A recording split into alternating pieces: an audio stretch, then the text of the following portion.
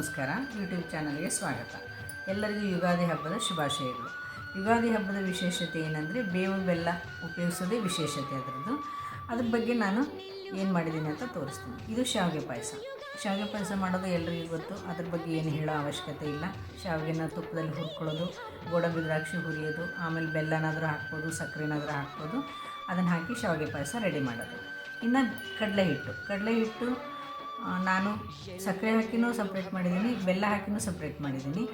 ಹುರ್ಗಡ್ಲೆ, ಏಲಕ್ಕಿ, ಲವಂಗ, ಸಕ್ಕರೆ ಹಾಕಿ ಇದನ್ನು ರೆಡಿ ಮಾಡಿ ಇಟ್ಕೊಂಡಿದ್ದೀನಿ. ಇದಕ್ಕೆ ಬೆಲ್ಲ ಹಾಕಿದ್ದೀನಿ. ಹುರ್ಗಡ್ಲೆ, ಬೆಲ್ಲ, ಏಲಕ್ಕಿ, ಲವಂಗ ಹಾಕಿ ಸ್ವಲ್ಪ ಜಾಯಿಕಾಯಿ ಎರಡಕ್ಕೂ ಹಾಕಬೇಕು, ಸ್ವಲ್ಪ ಹಾಕಿದ್ದೀನಿ. ಇದ್ರ ವಿಶೇಷತೆ ಅಂದ್ರೇ ಬೇವಿನ ಹೂವು.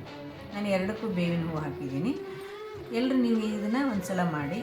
ಎಲ್ಲರ ಮನೆಯಲ್ಲಿ ಇದನ್ನು ಯಾವ ಥರ ಉಪಯೋಗಿಸೋದು ಅಂದರೆ, ಬೆಳಗ್ಗೆ ಎಲ್ಲರೂ ಎದ್ದು ಎಣ್ಣೆ ಸ್ನಾನ ಮಾಡಿ ಶಾವಿಗೆ ಪಾಯಸ ಊಟ ಮಾಡ್ತಾರೆ. ಆಮೇಲೆ ಚಂದ್ರನ ನೋಡಿ ಕಡಲೆ ಹಿಟ್ಟು ಹಂಚೋದು.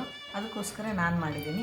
ನೀವು ಇದನ್ನೊಂದು ಸಲ ಮಾಡಿ ನೋಡಿ ಹಬ್ಬಕ್ಕೆ. ಮೊದಲೆಲ್ಲ ಏನು ಮಾಡ್ತಾಯಿದ್ರು ಅಂದರೆ, ಶಾವಿಗೆನ ಮರಳೋ ನೀರಿಗೆ ಹಾಕಿ ಒಂದು 2 ನಿಮಿಷ ಬಿಟ್ಟು ಅದನ್ನು ನೀರೆಲ್ಲ ಬಸ್ದುಬಿಟ್ಟು ಅದೇ ಶಾವಿಗೆಗೆ ಬೆಲ್ಲ, ಹಾಲು, ತುಪ್ಪ ಹಾಕ್ಕೊಂಡು ಊಟ ಮಾಡ್ತಿದ್ರು. ಆದರೆ ಈಗ ಈ ಥರ ಪಾಯಸ ಮಾಡ್ತಾಯಿದ್ದಾರೆ. ನೀವು ಅದನ್ನಾದರೂ ಮಾಡ್ಬೋದು, ಈ ಥರ ಆದರೂ ಮಾಡ್ಬೋದು. ಈಗ ನಾನು 2 ರೆಸಿಪಿ ಹೇಳಿದ್ದೀನಿ.